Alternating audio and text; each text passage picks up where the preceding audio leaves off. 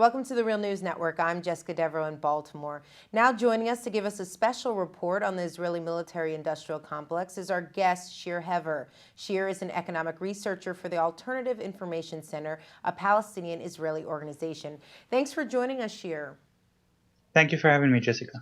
So, Shir, the violence continues in Gaza, and it begs the question, who is actually profiting from this war? I have to say, it feels very cynical to talk about economy and profiteers when we're talking about such a massive human tragedy and so many people killed, murdered, actually.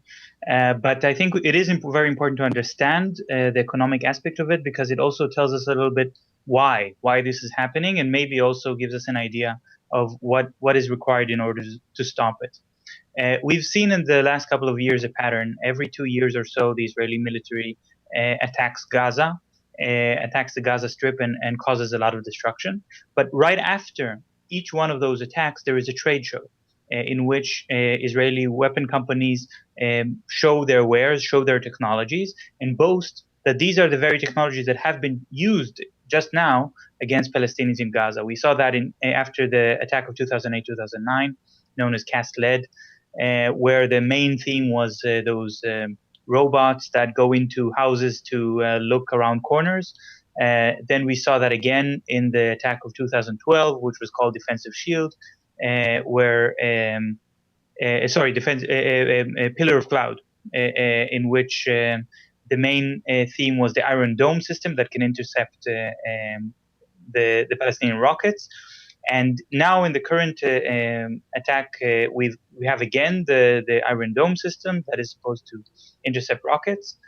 And all of these Israeli companies, which are becoming an increasingly important and very significant part of the Israeli export system and the Israeli economy, depend on those wars. They depend on a periodic fighting where they can showcase their equipment, their technology. And the first thing that they say when they try to market whatever it is that they develop, we've already used that on actual human beings. And by making that claim, they're able to compete with weapon manufacturers from other countries. But I think that really, which companies are we talking about here? And are any of them connected to the United States? One of the major companies that we're talking about is Israeli Aerospace Industries.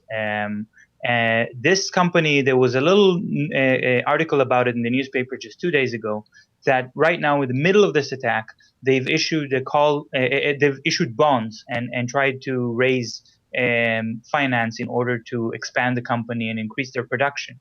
And they were able to raise $132 million in just 1 week.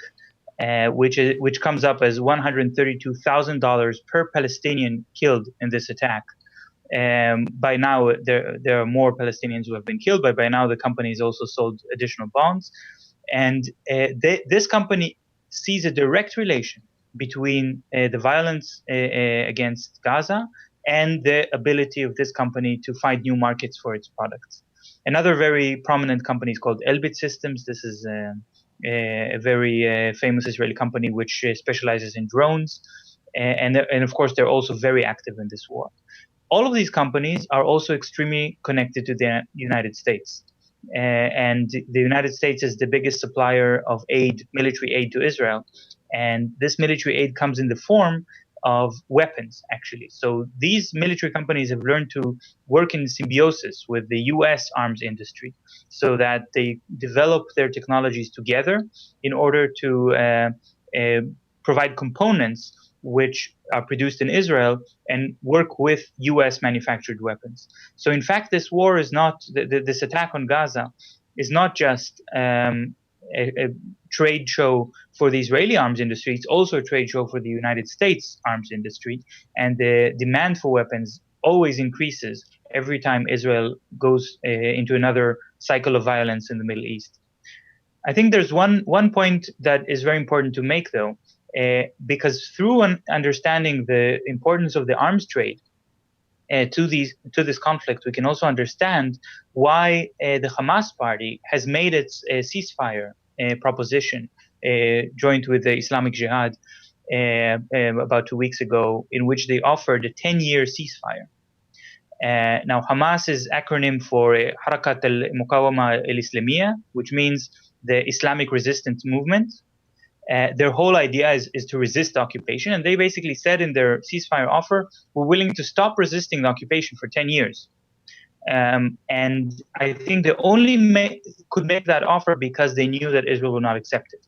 And they knew that the Israeli arms industry is so dependent on these cycles of attacks every 2 years that Israel will never accept a 10-year ceasefire because it would be a deadly blow to the Israeli arms industry.